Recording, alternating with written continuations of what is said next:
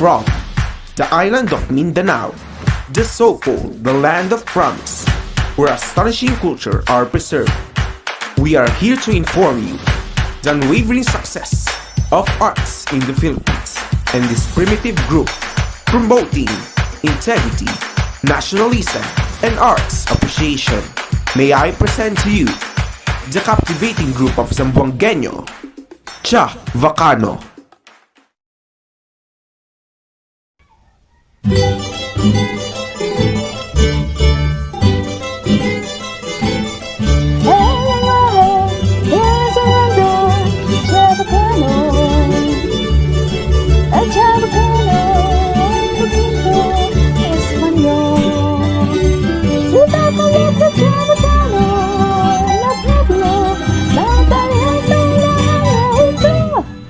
Chavacano, un poquito español.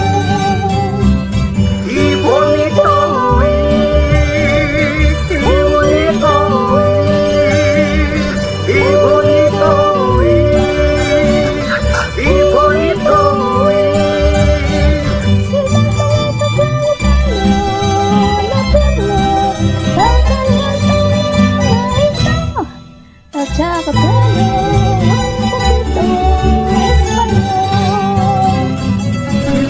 De Manila, ganda Zamboanga, de Zamboanga. Y yo el lenguaje ya extraña.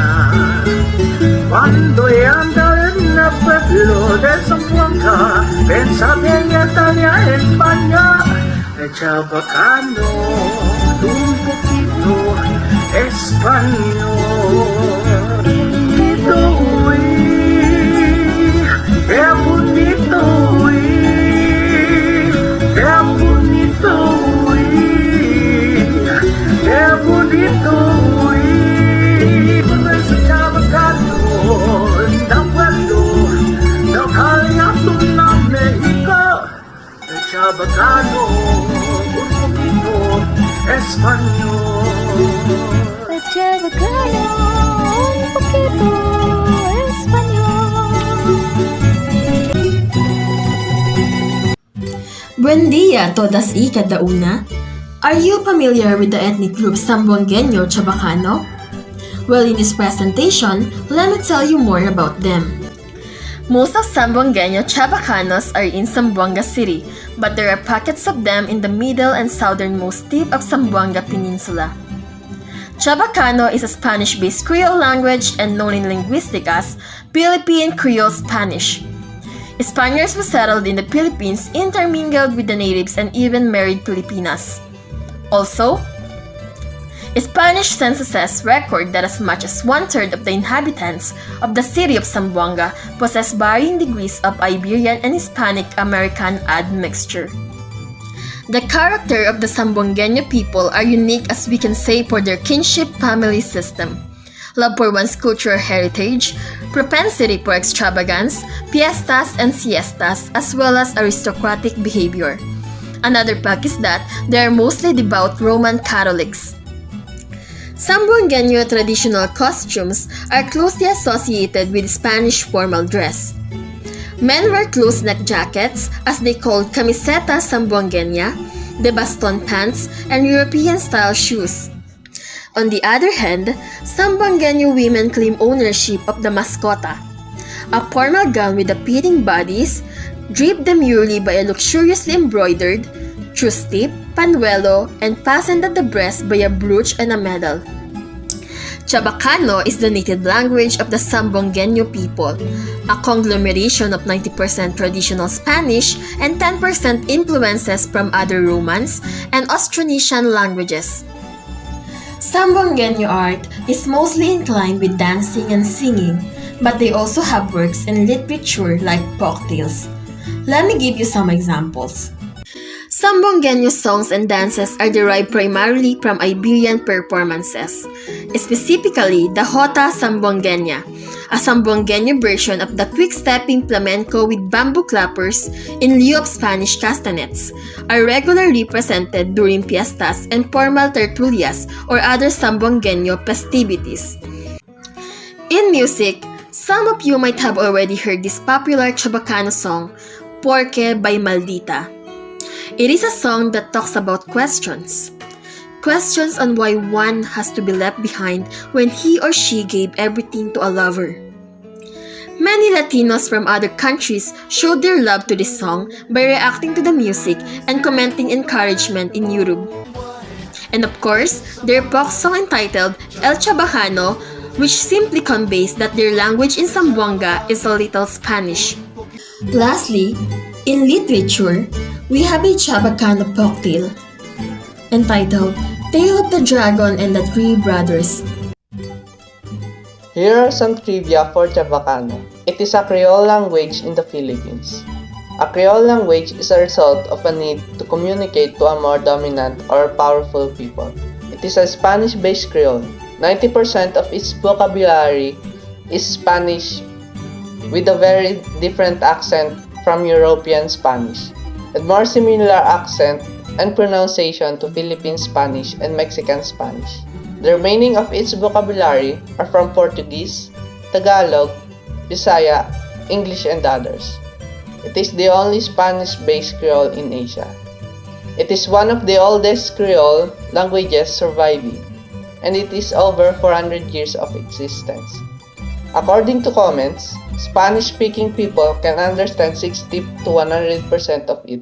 It has a different grammar from standard Spanish. A Spanish speaker may understand it more than a native Filipino speaker.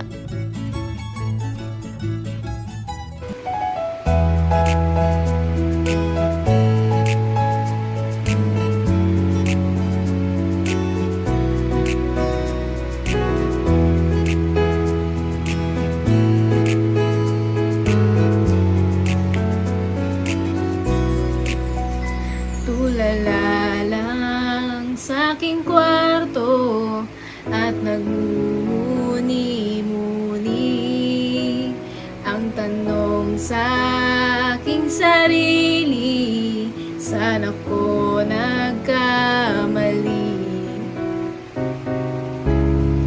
Bakit sa iyo pa nagkagusto?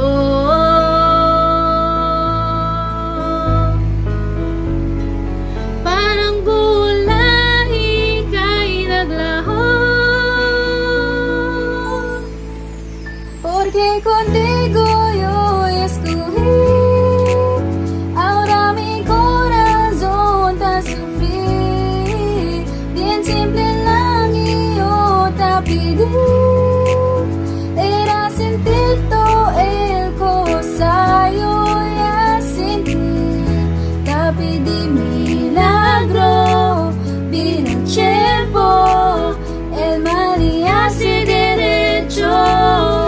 Nadie mío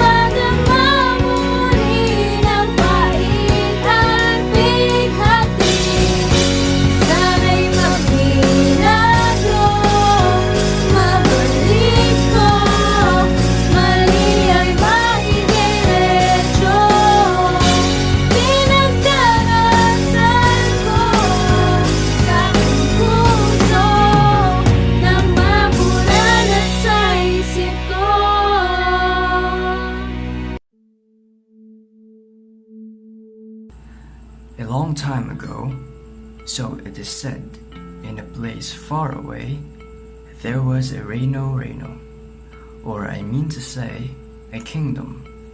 There in the kingdom, all the people were always happy, and the king, he had daughters, 3 beautiful princesses. Now then, there in the kingdom, they didn't have many problems.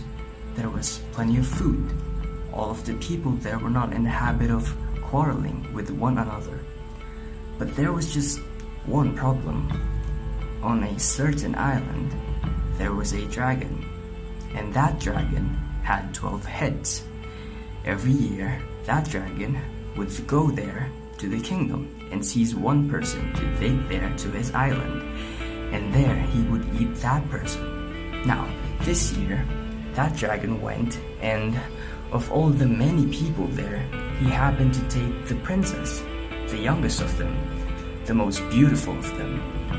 Now the king was in deep sorrow, so he said, the fellow who is able to free his child from the dragon, the princess will become his wife, and if the king dies, the husband of that princess will be the king. That's how it is. Since all the people knew that the princess was very, very beautiful, they all had an interest to rescue the princess. Now, they decided to go as a group, and they went there to the island. But when they saw the dragon, they were afraid. There was nothing that they could do. They just went back again to the kingdom.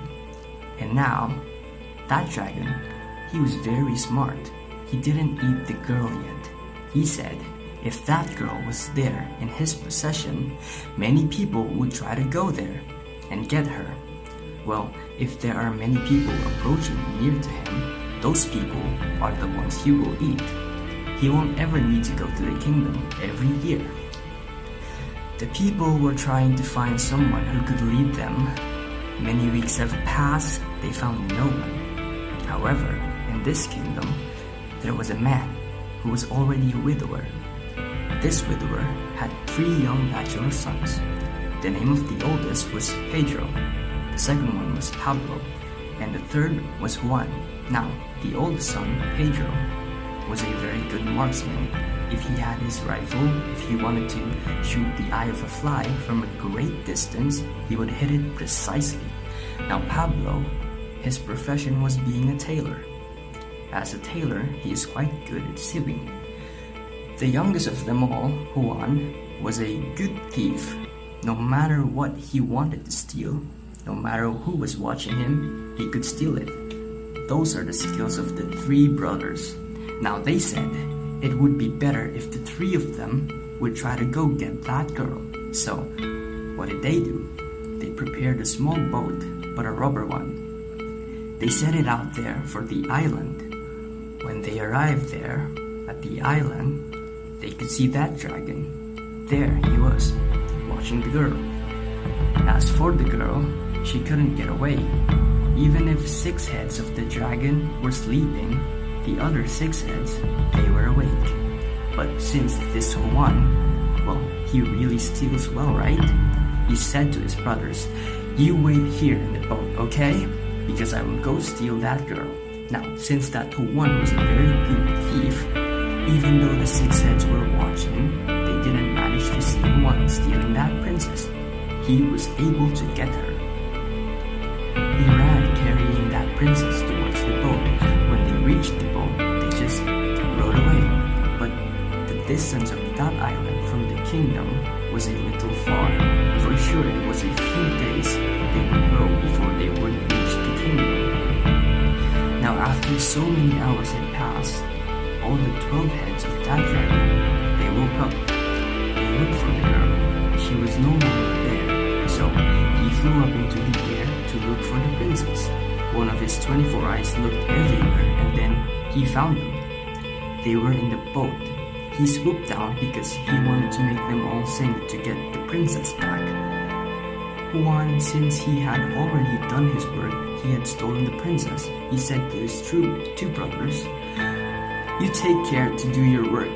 I have done my part. Pedro said, don't worry, I'll take care of that dragon. What did he do? He took his rifle.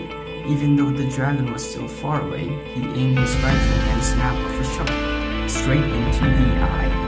Well, since the one eye of that dragon was blinded, that dragon fell down. But when it fell right on the top of their little boat. Their boat was split into two. But before the water got in, Pablo, because he sewed so well, the water had not come in before he finished sewing the boat back together. Now, the dragon flew again. Pedro fired another shot. It fell there again onto their boat. But what happened was just like the other time. Before the water got into the boat, Pablo finished sewing it up. After so many repetitions, all the 24 eyes of the dragon, Pedro finished shooting them all. Well, the dragon died. Now they arrived there at the kingdom. All the people there, they met them, and everybody was happy. And now in that place, there was a problem because of the king's promise that if someone could free his girl from the dragon, he would marry that girl. Even if he was able to steal the girl, if Pedro had not been there, the dragon would have gotten her from them again. Now, even though Pedro shot the dragon, when it fell on top of their boat, if Pablo weren't there, they all would have drowned. Now, the problem is, who will marry the princess? That is the problem. Well, since many were unable to decide, the king, of course, was the equal of Solomon. Very wise, right? So he said, "We certainly have a solution for this problem. You, Pedro, if you had not been there, you would not have been able to get the princess, because the dragon would have killed you. But if Juan had not been there, you wouldn't have been able to get the girl either. And if not for Pablo, you all would have died.